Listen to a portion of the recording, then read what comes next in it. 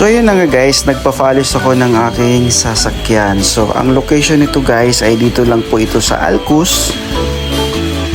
Ito guys, ang Al Zubair Auto Care, ayan. So naglilinis talaga sila ng sasakyan.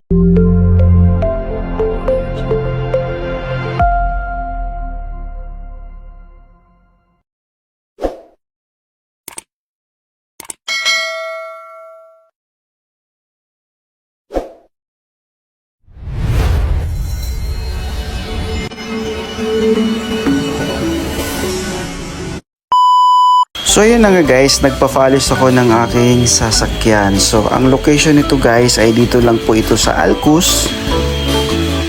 Ito guys, ang Al Zubair Auto Care, ayan. So naglilinis talaga sila ng sasakyan dito. At maganda yung kanilang serbisyo guys, pulido yung gawa. At ito po yung kanilang location sa Al Zubair Auto Care dito sa may Alcos Industrial 2. So ayan.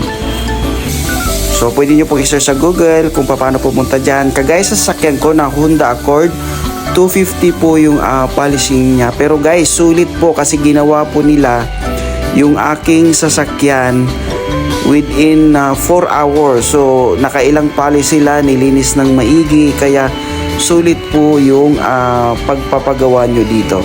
Guys, sa halagang 250 AD, ayan, pinalis nila yung sasakyan ko kasi price for salon po yan. So pag malaki, mas malaki din yung price. So pwede kayo mag-inquire po sa kanila. Guys, para sa akin, sulit yung 250 AED kasi alam niyo po kung bakit.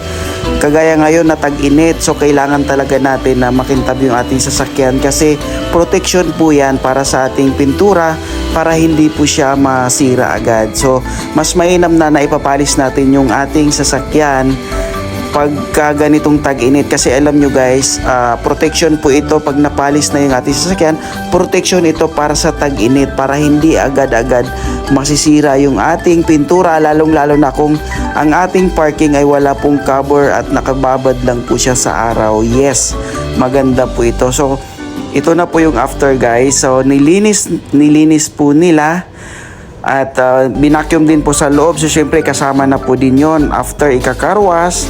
Then yan, nililinis, binacuum yung loob. So pagkatapos niya guys, dadalhin na naman po nila dun sa polishing area kasi nga lalagyan nila ng wax para doon sa shine. Oh, ayan. So malinis na yung sasakyan ni Kabayan.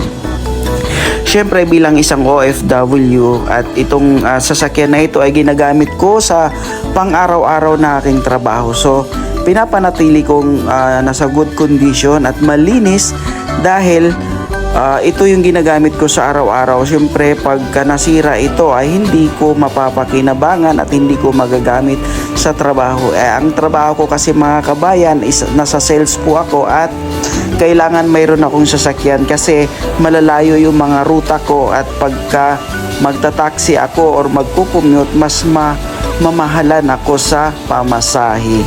Kaya hindi po pwede sa akin na walang sasakyan. Kaya lagi kong good condition itong aking sasakyan para hindi masisira at tuloy-tuloy yung aking trabaho. So well guys, when it comes sa sa serbisyo nila dito, 100% wala akong masabi. Ang sisipag ng mga staff nila at magagaling sila maglinis. Ayan. So 100% na sure na malinis yung inyong sasakyan pagka dito kayo pumunta guys. So yun na guys, natapos na nilang linisin yung loob, na vacuum at napunasan. Ayan, so kung mapapansin nyo, napakakintab, mukhang bago na ulit. Pero guys, lalagyan pa nila ulit ng shine.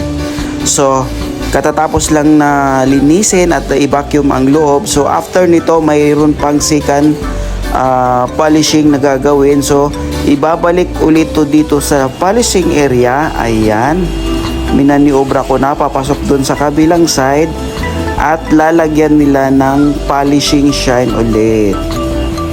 So sulit yung para sa akin guys, yung 250 AD na ginastos ko rito. sulit na sulit kasi kung makikita niyo naman yung sasakyan ko parang naging bago ulit siya. So di mo akalain na 2008 model ito. Ayan. So ayan, nilagyan nila ulit ng polishing shine. So yun na yung pang final guys. At ang sabi sa akin itong naglalagay ng polish, i-stay ko lang muna or antayin lang ng 30 minutes. Then after sa kapon nila ibababad nila yun ng 30 minutes. Then after sa kapon nila iwawax ulit. Ayan. Kumbaga patutuyuin dyan para pag in case na protection kumbaga. O di ba? Nagmamagaling din si kabayan. So guys, ito na yung final result. Ayan, kung makikita nyo. Wala na akong masabi guys. Ano ulit bago, ready to travel na sa long weekend. Diba ang kintab na? Ang bago ulit.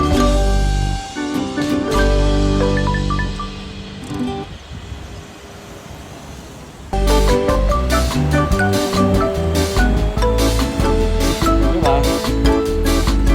Ready na ulit i-biyahe.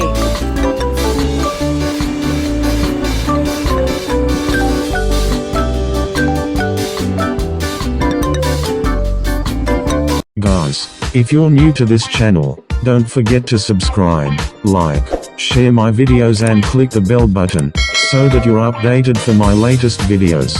Thanks for your support. God bless and have a great day.